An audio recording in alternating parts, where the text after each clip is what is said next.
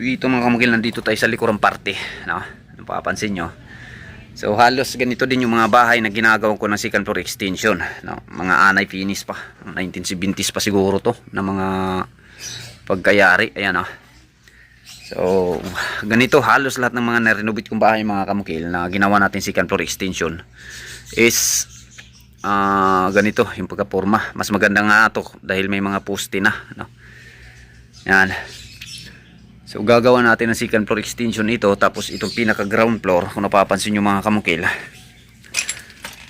may mga lumot na, ibig sabihin matubig yung lugar na to. Ito yung pinaka problema, no, sa parent ni ma'am dito, kasi lampas tuhod yung tubig dito pumapasok sa kanilang bahay. Nakikita ko dun sa loob, lahat nakahangir yung mga kama nila, yung mga upuan. Yun yung pinaka problema. So isa to sa pinaka mahirap mga kamukil na solusyonan, no? Kasi ang daming gamit sa loob. Pero sa experience ko mga kamukil, may mga idea na ako dito na kung paano tratrabahuin natin itong second floor na hindi madidisturbo dito sa baba. So ito yung ano natin. Sana lang, no, ipapatrabaho to ni ma'am to. Second floor extension nangyari sa light material. Gagawa natin to ng quotation. Yan. O, binigay na ni parent ni ma'am sa akin yung mga details na gusto niya mangyari dito. Pero siyempre si ma'am, yung anak kasi nila yung aking contact, kukumontak sa akin. So kukontakin ko si ma'am mamaya para pa sa mga gusto niyang mangyari dito. At siyempre tinitingnan ko una yung area mga kamukil, baka kasi maghihingi si ma'am sa akin ng mga advices kung ano yung pwedeng mga gawin dito. So magkakasa kagad tayo ng plano, ibibigay natin sa kanya. Kung gusto niya mapaayos, especially dito sa likuran, no? Malaki pa yung pwesto dito sa likuran, no? Na pwede pang gagawan kung sakali, no? Tapos ito lang, pwede naman itong pinakabahay lang gagawa natin ng second floor extension. Tapos pagdating sa taas, kung gusto ni ma'am palakihan pa ng konti, pwedeng mangyari yun, no? Pero expected na mga kamukil, yung gusto sa parent ni ma'am na magkakaroon ng balkoni doon sa pinakaharap, o 2 kwarto yung gusto niya mangyari doon sa taas. Magkakaroon ng CR, no? O sabi niya pwede na daw walang CR. So nag-advise o nag-suggest ako mga kamukil, kailangan may CR talaga sa second floor, para hindi na panik, no? Kapag hating gabi naiihi ka, so hindi ka na bababa sa ground floor para mag CR. Lalagyan natin ng isang CR to.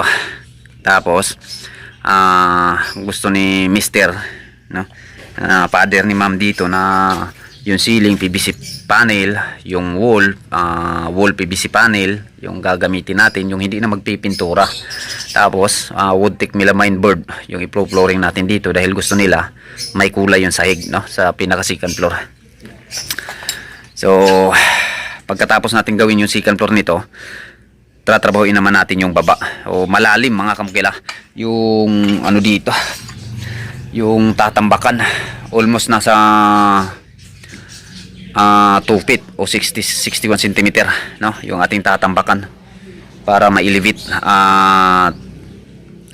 Kasi sinukat ko mga kamukil yung tama ng tubig na pinakamataas na daw, sabi ni sir dito, nakausap ko siya, nasa 60 cm talaga yung tubig na papasok sa bahay nila. So mag-adjust pa tayo dyan, o mag-i-elevate pa tayo dyan ng mga 30 cm para sigurado talagang hindi na mapupurisyo sa tubig. So ibig sabihin, mas mataas na tayo sa kalsada, kasi yung kalsada ngayon mga kamukil mataas, mas mababa yung flooring ng bahay nila. So dito din sa loob mga kamukil, isa sa pinaka tinitingnan ko dito mga kamukil kapag kaganito, yung hagdanan natin, saan natin yung pupwesto, no? Since na may mga edad na yung nakatira dito, hindi pwedeng ilalagay natin sa labas yung hagdanan, kailangan nasa loob ng bahay talaga. So napapansin nyo, ito yung pinaka kusina nila dito, no? So, although itong mga may nire-request na si mother dito na gusto niya mabago yung hugasan niya, na gusto niya maaliwalas tingnan, so tinitingnan ko kung saan mapupisto yung hagdanan. So madalas kasi sa atin yung hagdanan na pupisto kung saan yung living area sa ground floor, nandun lang nakatabi yung hagdanan. So ito, sinukat ko yung space dito, mga kwarto na kasi yan dyan. Wala akong nakikitang ibang posisyon, no, ng hagdanan. Dito siya malalagay papunta dun. Ayan, kasi hindi naman pwede dito sa likuran sa kusina. Yung hagdanan na access papuntang second floor, hindi pwede dito maglagay. Dito natin ilalagay, no? Kasi yung gagawan lang natin ng second floor, para sa akin, kasi gusto din ni ma'am na minimize yung budget, no. Itong wall lang to. Ito kasi extension na to eh. Pero kung sabihin ni kliyente na hanggang dito sa kusina, sagad na yung second floor sa taas, pwede tayong mag-access ng hagdanan dito. Dito natin ilalagay. No? Tapos itong wall na to, titibagin natin. Ito kasi yung nagpapasikip mga kamgili. Itong wall na to. Ito. So kung matitibag lang to, maaliwalas na to. Buong area na to mula dito magiging living room to papunta dito. So pwede tayo mag-access dyan ng hagdanan papunta dun. Ayan, dito magsisimula yung ating hagdanan dun sa may pintuan. Maka-letter L tayo. Pero kung hindi papayag si kliyente, no choice tayo, dito tayo, no. Kung gusto ni kliyente matitira tong wall na to, ito kasi nagpapasikip, no. Pag matatanggal tong wall na to, maliwalas yung pagkabit natin ng hagdanan at higit sa lahat, napakaluwag na tong area na to. Ngayon napapansin nyo, masikip siya dito ngayon. So pag matatanggal tong wall na to, yung wall na lang doon sa kusina yung ating susundin, patitibayin. Ito, dito na lang natin ipapatong yung pinaka second floor. Mas maaliwalas, no? Maluwag. Pwede mag-access ng hagdanan dyan, no? Mula dito sa pintuan. Ito yung pangalawang option ko. Dyan, papunta dun. Dito tatama yung ating hagdanan. Dyan, no?